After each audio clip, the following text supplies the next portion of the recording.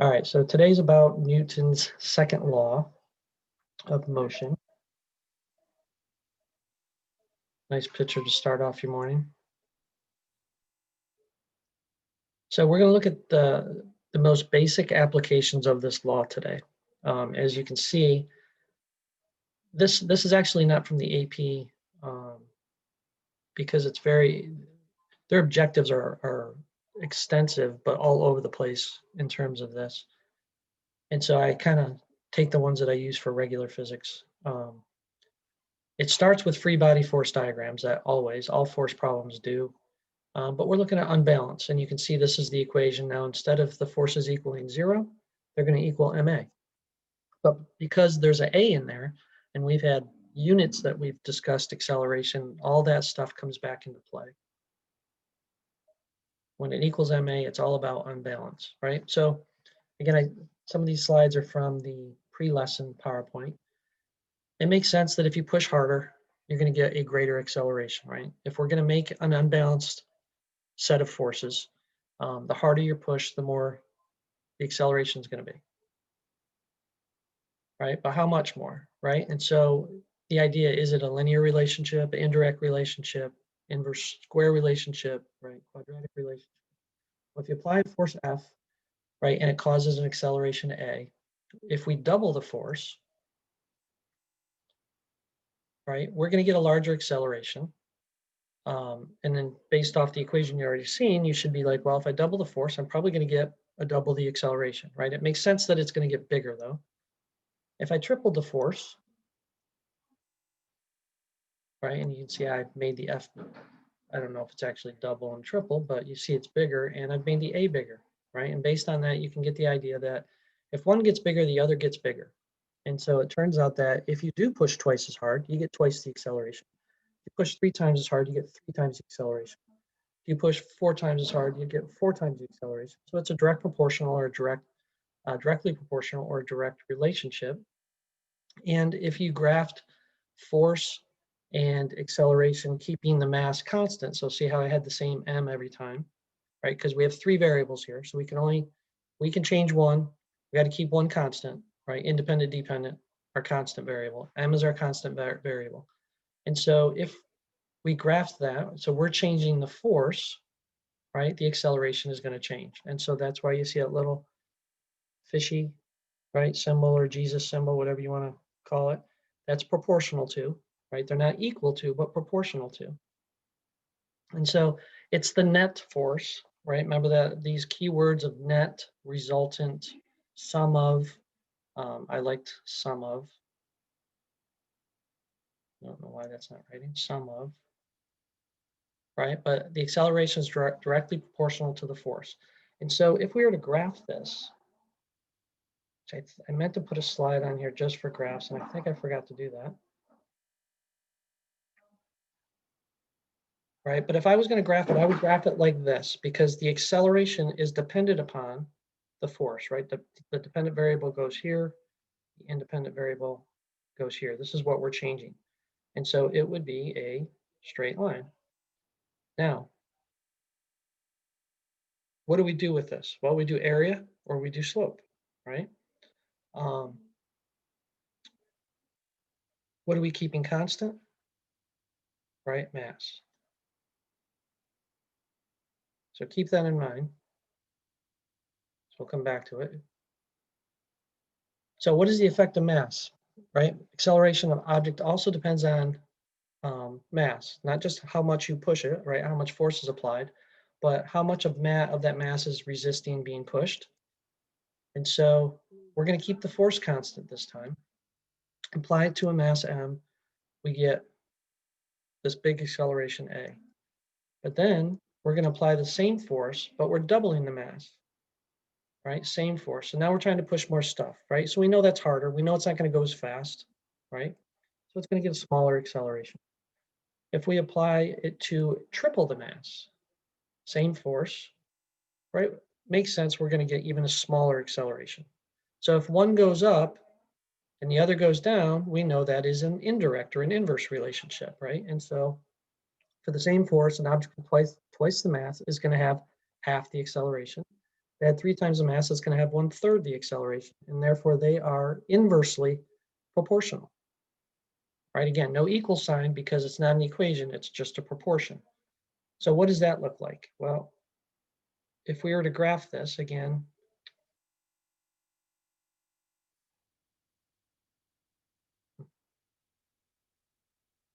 Brendan, why does it make those lines like that? Is there a smart reason for that, or is it just the pad that I'm using is getting bad? Probably the software of the pad. It doesn't like the new computer, maybe, as well, as it did the old one. Maybe you have to update the software. Well, I don't have that kind of rights, unfortunately. I'm restricted to no updating of anything, unless maybe the school, if I went to the school, it would do it automatically. So if I was to graph this, acceleration and mass, and you know that it's an inverse relationship, right? So as I increase the mass, the acceleration decrease. What do you think that graph would look like?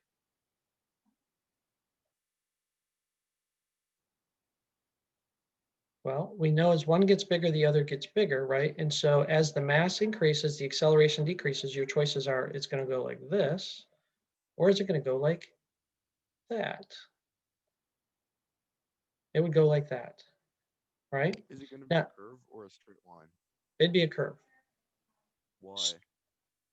Well, it's an inverse relationship, so it's going to go 1/2, 1/3, 1/4, 1/5, 1/6, 1/7, um, and like 1/2 to 1/3 to 1/4, right? Okay. It's not decreasing by the same amount every time to be a linear um, straight line. But Okay. do we like curves? We don't, right? We don't like curves. So then we would want to linearize this graph. Now this is for a force that's constant, right? We kept the force constant. This would be our graph. And we put acceleration here because everything, so acceleration is the diva here. Everything, acceleration wants everything to revolve around it, right? And so force and mass are doing the work. Acceleration is the one that's affected by it. But we don't want a curve. And so to linearize that, we've got to do, since we know it's an inverse relationship, one of these variables, we have to make the inverse variable. It doesn't matter which one, but we usually do this one. The problem with that is, like, so if the problem with that is, and well, I don't know if I'll show you to get to that today, but when we calculate the slope of this, we want it to come out to be something nice, and this doesn't come out to be something nice. But this would linearize it, right? Um, because if you think slope is y over x, you're going to have 1 over a divided by m.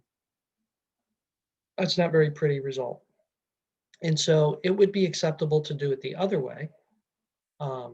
This would be, in terms of proper graphing, this would be the way to do it, right? And I have not seen AP do one of these graphs recently to see if they would do it like this, but you could do it like this. And so if it was one of those questions where it said, here's A and M, and you're getting a curve and you have to linearize it in which variable you're going to pick, because they like those for question number 2 on the free response, the experiment questions, you would have to pick 1 over A or 1 over M. I think they would let you do either one. This works out nicer in terms of graphing though, because now you have, when you do slope, you have A divided by 1 over M. But when you're dividing by a fraction, right, it's really multiplying by the reciprocal, which makes M times A, right? That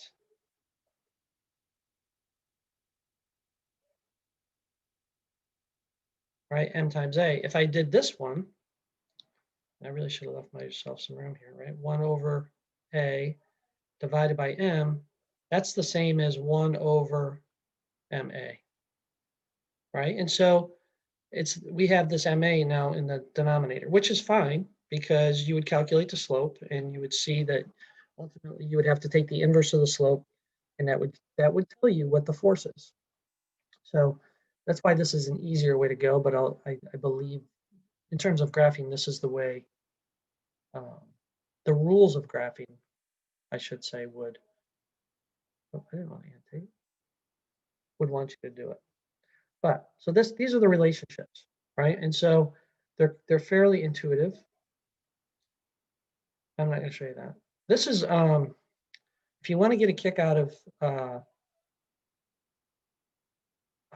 what's it? I forgot his last name now. Jules Sumner. He had a whole series of, probably like from the 40s or the 50s, where he does that. Let me see if this will play. I'll give you a little sampling. Maybe it's not going to play anyway. Maybe because I wrote on it. I embedded it with the thought that that would play. All right, well, I'll have to see why that doesn't work in a presentation.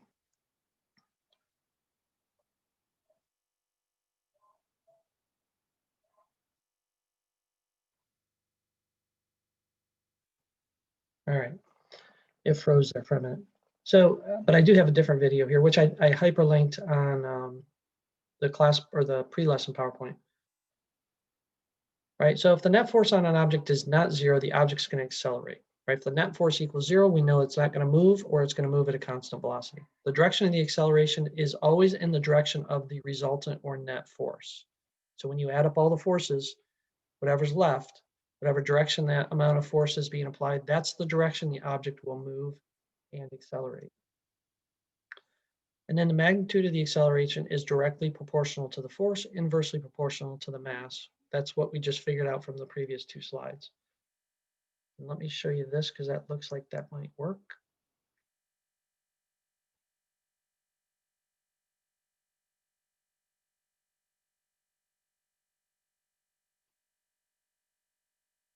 This is from the, what do you call it? The Cambridge, GCSE is Cambridge. And this guy tries to do like minute physics. He just calls it doodle science. So you might An object will accelerate in the direction of the resultant force. The bigger the force, the greater the acceleration. By doubling the size of the force, it doubles the acceleration. Also, a force acting on a large mass will accelerate it less than the same force acting on a smaller mass. By doubling the mass of the object, it halves its acceleration. The relationship between these variables can be shown by the equation F equals m times a, where F is the resultant force in newtons, m is the mass in kilograms, and a is the acceleration of the object in meters per second squared. For example, if a car has a mass of 700 kilograms and the driver pushes the car with an acceleration of 0.05 meters per second squared, then the force applied was 35 newtons. You can also use the formula to work out the acceleration and the mass. And to leave you with a cool fact, a newton is approximately the weight of an apple. So you might like his videos for like the minute physics. He tried to do it in that same type of platform as the minute physics guy. I looked for a good minute physics video on it, and he didn't have one that dealt just with Newton's second law. He has one for gravity, which I'll get to show you here in a couple classes, but and Veritasium guy didn't have one that exactly pertained to what we were looking at right here either. Those are kind of my two go-to videos. So this kind of summarizes what the first two slides were. Acceleration is inversely proportional to mass. Acceleration is directly proportional to force. Again, it's all about the acceleration. Now, if we want to make an equation out of that, we have to combine the two ideas, and that is what Newton's second law is. Right? Acceleration of an object. So it's all, again, it's all written, expressed in terms of acceleration. Acceleration of the object is directly proportional to the force and inversely proportional to the mass, right? And so what those first two slides going over that basically states Newton's second law. The mistake people make, because when we write equations, we don't like our equations to look like fractions, right? If we don't have to. Like if it's all in terms of acceleration, based off the fact that acceleration is proportional to the force and inversely proportional to the mass, when we combine these ideas, this is my equation, right? But that's just not how we like to have things. We like things to look nicer and neater. And so people write it like this. But what happens is then you guys will forget that we've talked, it's all about acceleration, right? Acceleration is the diva here. It's all about it. And so when we write it like this, when I say, not for you guys, because I'm not going to ask you to state Newton's second law on a quiz or a test, but I do for regular physics. And students will say force equals mass times acceleration. That's not Newton's second law. That means all they did was tell me this equation in words, right? That's not Newton's second law. And the other, and again, why I put the sigma there is because when you see this, right, in a textbook, how many forces do you think, like as a student, and you're looking at it, like how many forces do you think go there? Usually people put one, right? And that's a mistake because sometimes there is one, but this one F represents all of the forces added together in the direction of the acceleration. So that's why I like sigma, with the hopes that you guys know sigma means sum and sum means more than one. Now that there could be just one force, right? But if there's only one force, that means we've neglected something else, like friction, right? But that's Newton's second law, and so it's all about acceleration. So what that means is we have other stuff that we've done with motion that involves acceleration, right? And so these are some alternate versions of writing it, right? With the sigma, instead of sigma, some books like net, some like total, some like RES for resultant. It's really up to you how you write it, right? But that's how we tend to see it in a textbook. So see, remember that this little arrow above just tells you that it's a vector. Mass is not a vector because it doesn't have direction. So now you remember these three equations, right? We spent what, a couple months just with those three equations. So now we're going to bring these back. We didn't need them in the first law, right? Because things weren't accelerating. But now we have acceleration. And since we have acceleration, we have it here, right? We have it here, and we have it here. That acceleration, so just like when we did projectile motion, between X and Y, time was the key, right? Time could go between X and Y. Well, in terms of motion and forces, acceleration is the key. And so the combination of one of these three equations with this idea from Newton, right, is what we're going to be looking at in terms of our problem solving. And so, we're kind of leading up to this with a lot of the things that we were doing all year was we're going to have the forces, right? The forces that cause the acceleration, that cause the velocity, that cause the change in displacement, that cause the time period.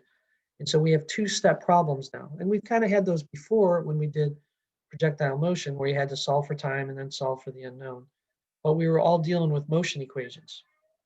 But now we're dealing with two different concepts, right? We're dealing with the forces that cause the acceleration, that cause the different types of motion.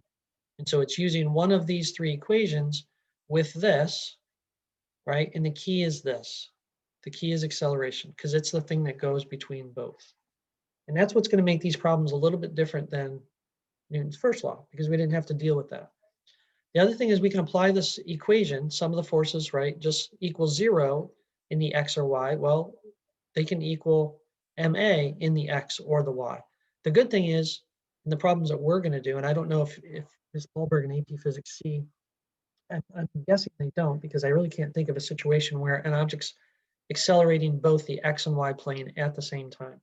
And so when we get to inclined plane problems, which we kind of talked a little bit about last unit, that's why we rotate the axes, because we don't want the object accelerating in the X and Y, because it just adds a lot more, right? Then you have not only do you have X and Y components of forces, you have X and Y components of acceleration, right? That adds layers of difficulty that we don't need to do. But we can do it. And so it's going to be applying this with one of these equations, not always. And you'll see the kinds of problems that will require that. Oh, sorry, I forgot that I tried to keep everything constant here, but just change the words up front. Right, and the key is acceleration. It's the go-between between the forces and the motion.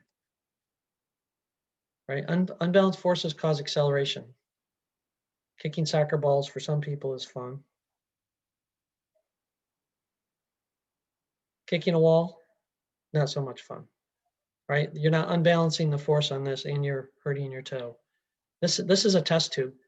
There's a whole mess of animations that I have, and I think I actually had one for the first law, which maybe I didn't put in the PowerPoint of him riding a skateboard. I don't know why the person picked a test tube, but I thought that was funny. So here's a thought example, and I had a couple thought examples in the pre-lesson, but this is a really good one. So that's why I saved it for the class in case some of you don't look at those pre-lessons. The car shown has a mass of 2,000 kilograms. It's on a level road, right? It looks like a Ferrari. I don't know if it is. It kind of looks like one.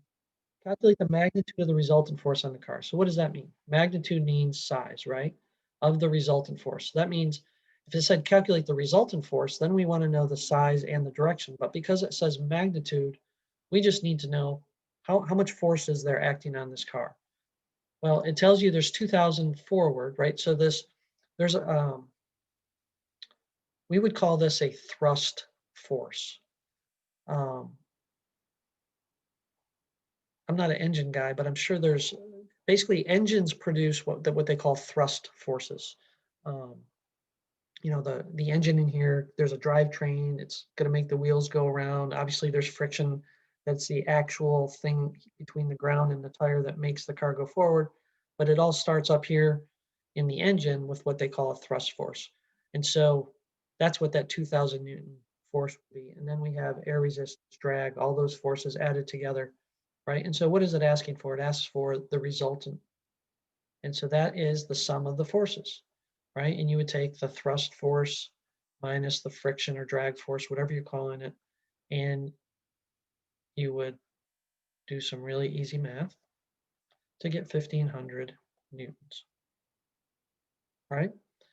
Magnitude, 1,500 newtons. Direction, to the right. Didn't ask for that though. Describe the motion of the car and calculate any values. Well, if I know there's an unbalanced force of 1,500 newtons, then I know that the object is accelerating. Right? If it added up to 0 and we had balanced forces, then I know the object would have a constant velocity. But since I know that they add up to 1,500, the forces do, then I know that that's unbalanced and the car is going to accelerate. It's going to accelerate to the right because that is the direction of the resultant force. Calculate any values. Well, I know that acceleration is directly proportional to the force, inversely proportional to the mass. You would take 1,500 newtons, right? We take the sum of the two forces and we would divide them by 2,000 to get, right, 3 force, 0.75 meters per second squared. Now, this is where we could then take this idea and come back to one of these equations and put 0.75 there, 0.75 there, 0.75 there to solve for velocity, distance, time, right? Whatever was asked for. If we knew that the object started from rest, then we know that that would be a given, right? And we would need at least one other number, but we've calculated this number to be the second number. But you'll see that when I do another type of problem. So describe the motion of any and calculate values. We just did that. Now, if the friction while you're driving, so what happens is there's a pretty complicated equation for drag and air resistance. And I don't honestly remember, there's like 1/3 rho something something V squared.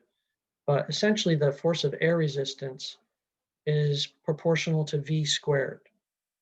So as the car goes faster, right, the force of frictions or drag, right, it's proportional to V squared. So if we double the velocity, 2 squared, the drag gets 4 times bigger. So the frictional forces increase to 2,000 newtons when the car is moving. What happens to the car? Well, if this force becomes 2,000 and this force is 2,000, the question is this, because this is well, does the car stop? Think about that for a second. You see what? Oh, how do I know the mask? Just because it said it right here.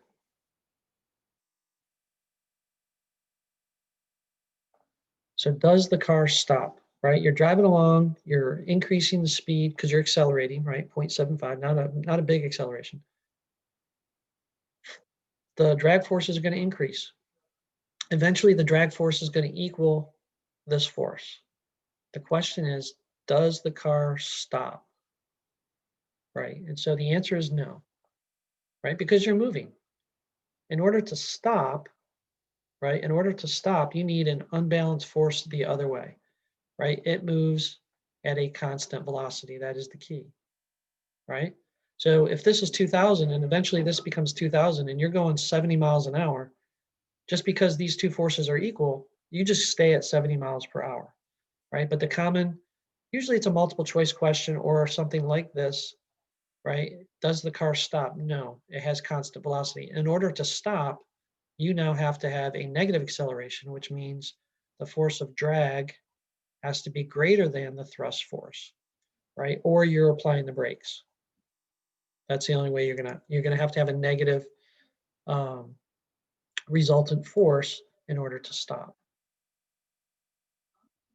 All right, so let's start off with 10. Okay. So what I did was I took the very first problem from Newton's first law. And we're redoing that problem because it's the most basic problem that we can come up with. But instead of, right, because we're not on the first law, we're on the second law. So instead of it being balanced forces, we have unbalanced forces.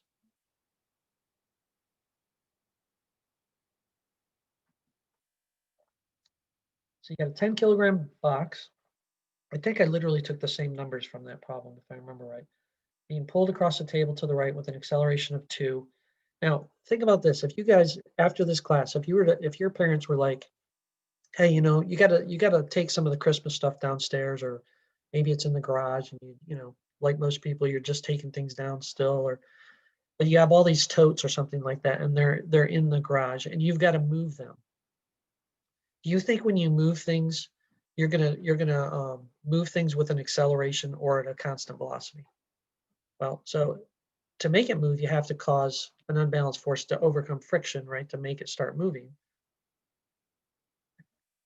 But you're gonna do this with the least amount of effort that you can and still achieve the job, right? And so when we move things, we tend not to move things at it with an acceleration, right? If you're pushing some totes across the ground, you're gonna make a move, but you're not gonna. It's not like you're doing something with sports. Like when I think of it as coaching football, when the linemen have to drive the sled, right? They're hitting the sled, exploding through the sled, and trying to really make it move fast, right? You're not going to do that because no one's watching you, and there's no reason to do that. Apply that extra force, and so these problems are not always as realistic, possibly because you wouldn't do this in real life. But we're going to pretend that you are, right? Here's our forces. So, oh look, I did that. I didn't think we'd do that. We have the normal force, right? So we have basically the easiest problem is, excuse me, we have one force in every direction. So this is I called it an applied force. This is a push or a pull. You could have been pushing from this side. It could be maybe there's a lip on it and you're dragging it, so you're pulling from the side, but that's your applied force. And so you have one force in each direction. The good thing is, again, where our forces are going to be balanced in one of the directions. So obviously in the direction it's not moving in Y, these forces are going to be balanced.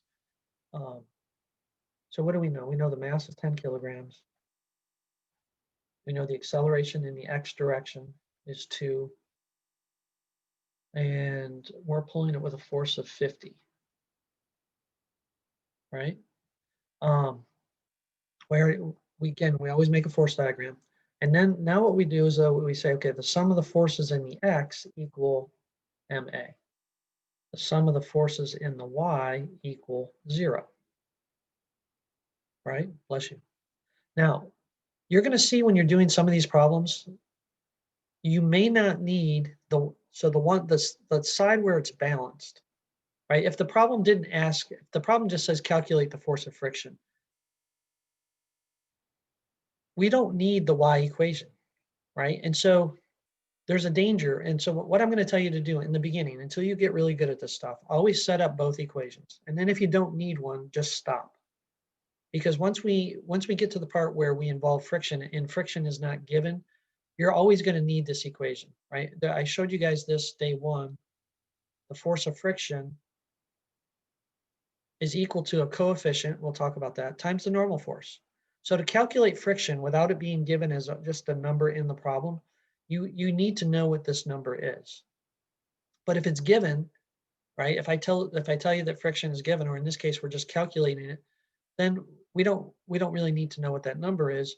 We wouldn't need this equation at all.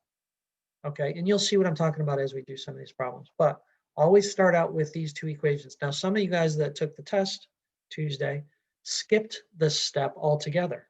You cannot skip this step. You're not allowed to skip this step.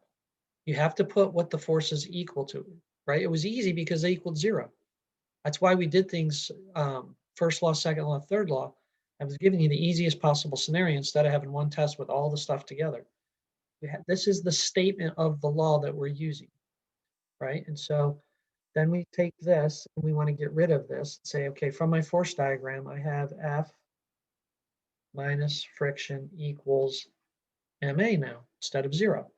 Here I have forces up, normal force, minus forces down, gravity equals 0, right? So it's the same thing I did before with the first law. Instead of this equaling 0, now it equals MA because it's accelerating in the x direction.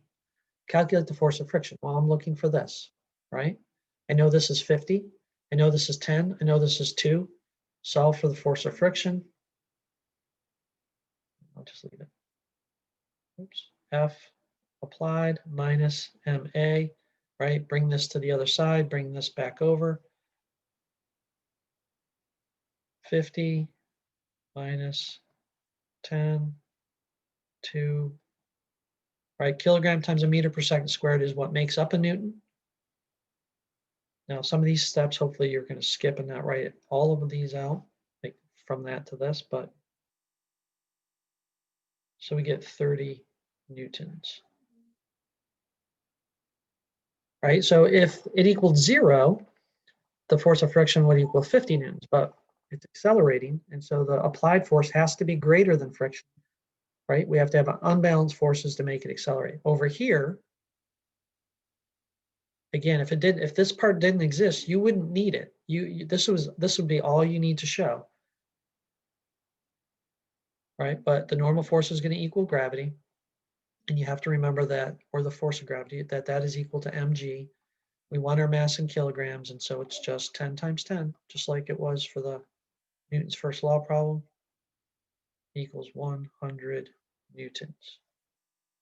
So if this was a quiz problem next week, right, and I gave you this is the most basic problem you could do. I can't make one simpler other than to say that it's frictionless, and then you would just have F applied equals MA, right? And so that wouldn't exist if we said friction was 0. Maybe that would be easier.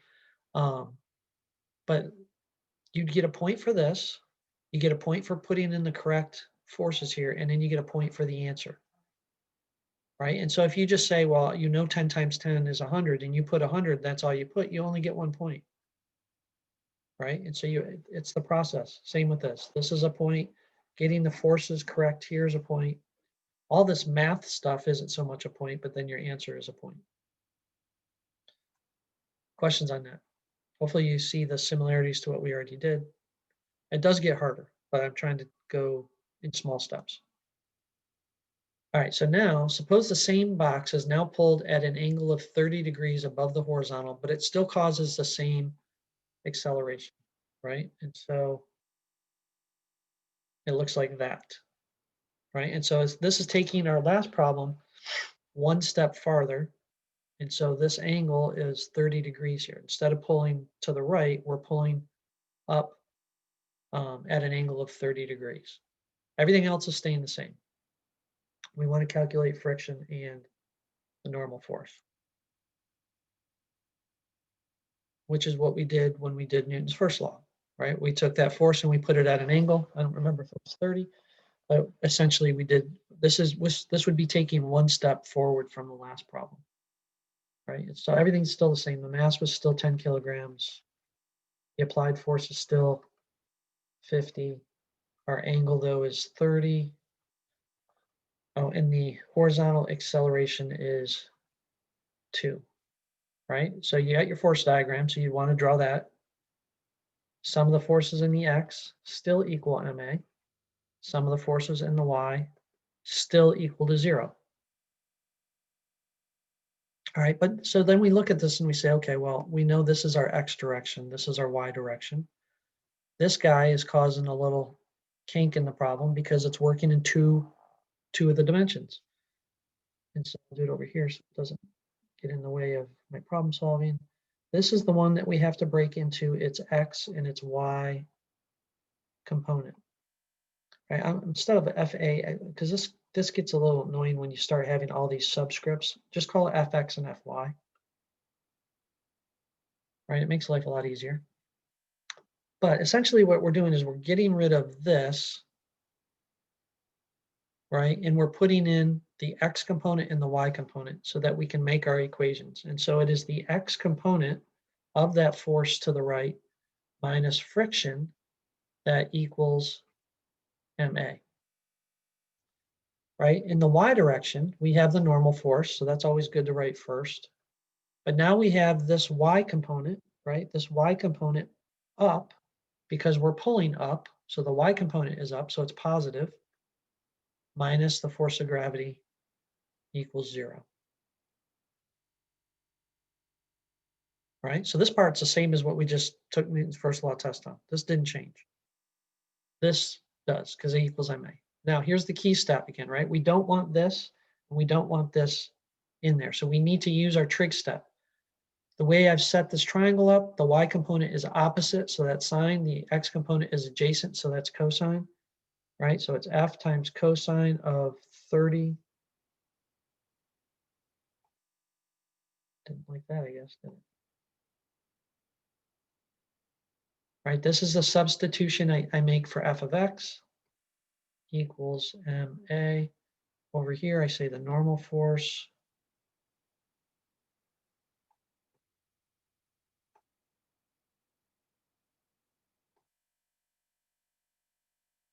right? We get rid of the y, it's f times sine of 30, right? Opposite, sine of 30 equals opposite over hypotenuse, minus the force of gravity, right? Which is mg. That's how we calculate it on your formula sheet. Remember, it looks like this.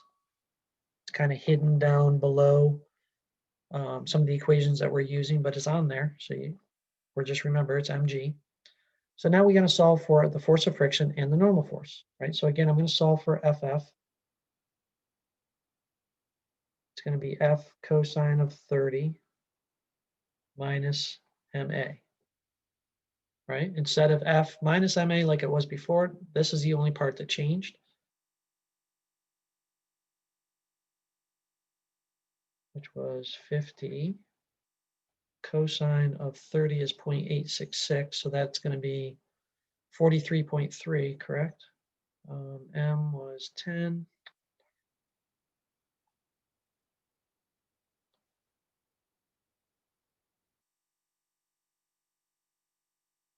That was 10.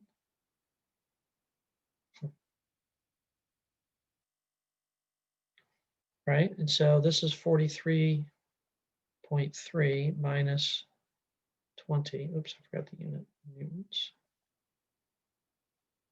Which gives me 23.3 for the force of friction. Now over here, we're looking for the normal force, right? It's going to be mg minus f sine of 30, right? Because some of our force is trying to lift this box off the ground, and so the ground doesn't have to do as much work. It doesn't have to apply as much force because you're helping it. And so it's only going to do what it has to do. And since you're helping it, the normal force is only going to push with the amount of force that I had to. So we already know this is 10 times 10, right? That was 100 newtons from the previous part, minus 50. Sine of 30 is 0.5, right? So we got 100 minus 25, which makes 75 newtons, right? And so instead of 100 newtons, when you're pulling horizontally, well, now the normal force is only 75 newtons. And friction is only 23.3, keeping the parameters the same. Right? And so this part right here is what we, like this, you should look at that and say, oh yeah, I already took a quiz and a test and it had that already on it, right? And the only thing that new is this, because we've already done this problem, but it equals 0, but now it equals MA. That's the only difference. So when you see problems like that, that's what we did in the first law. But like I said, the second law opens up a whole nother realm of problems. Any questions on that? I'm going to show you one more and then I think we'll be good. All right, so I think I have a couple, but it's these kinds of problems where we don't have these crates moving and forces, but we have things happening, things moving, and there's forces applied. So you got a hockey puck. Actually, before I show you that one, I want to see what my other one is. Let's do this one, and then if we want, we can come back to it. So what I want you to think about here is, now you're going to see, and this is the whole reason why from day one I was always like, solve equations for the variable before you plug in, because you're going to get into problems now with the second law and beyond where you're going to look at this and be like, I don't have enough information to solve the problem. That is not going to be true. It's that you don't, unless you start combining equations, you're not going to realize that you don't need that information to solve the problem. Normally, the piece of information you think you need that you don't need is the mass. Okay, and I'll show you in this problem why. Now, I gave you the mass because it was the first problem that we've done like this, but this problem could have been solved without the mass. So you have a hockey puck that has a mass of 156 grams, given an initial speed of 20, slides 100 meters, comes to rest, right? So the final velocity is equal to 0. So think about this. You've hit the hockey puck. It is now moving away from you. You're not skating down the ice and you're continually hitting the hockey puck. You're watching it go away. That's like at lunch today when maybe you have a water bottle, a plastic water bottle, and it's on the table and you slide it, right? It's going to stop because of friction. So make your force diagram. It's going to look like this, right? This is one that is obviously off the internet. But the key to this is there's no force in this direction. It does not exist, right? And that's the mistake that people make is they add they're like, all right, it's moving in this direction. There has to be a force there. There was to cause it. You hit it, right? But you hit it 100 meters away and now it's sliding across the ground and it's falling. If you've ever played a sport, if you played softball or baseball and you slide into second base, why do you stop? You stop because of friction. How do you know that? Because you probably get a nice rug burn or strawberry or whatever you call it when you're bleeding all over the place because the ground, right, tore up your skin. Or if somebody's ever taken you and rubbed you across the carpet, you're fighting with your brother or your sister, right? You get a rug burn, right? That's friction across your skin, right? Things that you throw and slide and they come to a stop, it's because of friction. Just to make you kind of have some silly examples to remember that idea. Not if you were in sliding pants, you're correct. Back in the day, though, we didn't have sliding pants. And trust me, I played a lot of I played baseball and college baseball and a lot of men's league softball, and I came home bloody often. So when I'm making my force diagram, oops, doesn't like my writing, right? There's the normal force. There's the weight, right? It's moving in this direction, and so friction is in this direction. There is no force over here, okay? So mass is 156. Do we like grams? No. right? 1,000 grams in a kilogram. Initial speed, 20. Final speed, 0. Takes 100 meters for it to come to. Now, other than the fact that I gave you mass, we've done this problem. If you went back to like unit 2, I guess, you'll find this problem that we've done probably 2 or 3 times. We're just adding another layer to it, right? And so, because we're dealing with forces now. And so I'm going to say the sum of the forces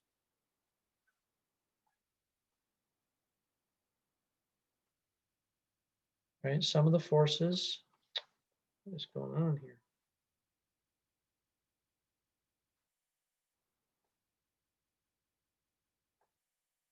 Looks like I'm going to have to get on Amazon to find a new pad.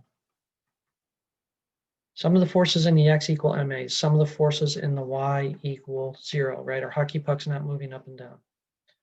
The normal force minus the weight equals 0. Forces to the right, there are none. Minus forces to the left equal ma. Right? The mistake people make on this problem is they put an F there. That doesn't exist. There is no force. You've already hit it. It's sliding 100 meters coming to a stop. Determine the amount of friction between the hockey puck and the ice. So do I need this equation to solve this problem? Is anything over here going to help me solve this problem? No. So this is the point where you can stop. Right? So because eventually you're going to need to calculate the normal force to calculate friction. But if you realize at this point there's nothing over here that's going to help me solve for friction, then you can stop. All right, so friction equals m 0.156 kilograms. But what is A? Well, this is where you have to look at one of those 3 equations, right? And this is why we're taking the forces and the motion and bringing it together now. And so you just look at those 3 equations and which one doesn't have time, and so that's the one you want, right? And so it's a 2-step problem, but the 2 steps involve kinematics and the forces, because we have to solve for A to plug it in right here, right? And so we know that this is 0 because it's stopping, right? If you made this 0, you're going to end up with the wrong sign. You're going to have a sign problem in your problem. Now we subtract over the initial velocity squared. We're going to divide by 2 delta x to equal A, right? We've done this. The negative sign doesn't get squared, right? The 20 gets squared. 2 times 100. We get negative 2, right?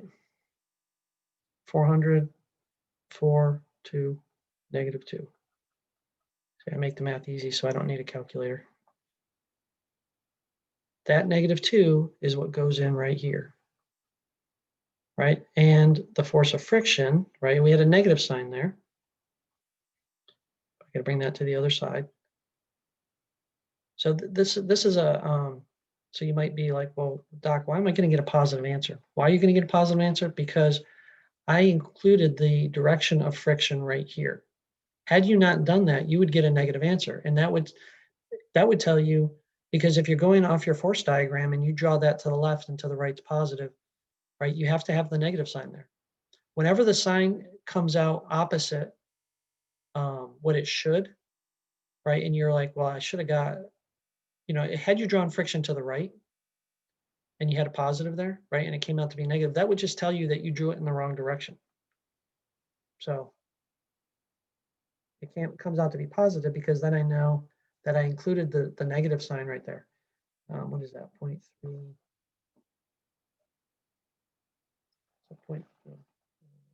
0.312.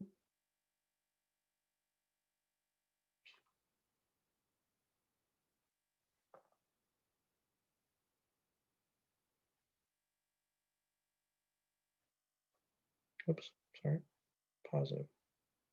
Right, and so that is the friction. And again, it's not going to be negative because I included the negative right there in my initial setup. So this is the other kind of problem, right? We didn't do these kinds of problems with Newton's first law because we didn't have acceleration, so we didn't need any of these three equations. But now that we have acceleration, they come back into play. Questions on that?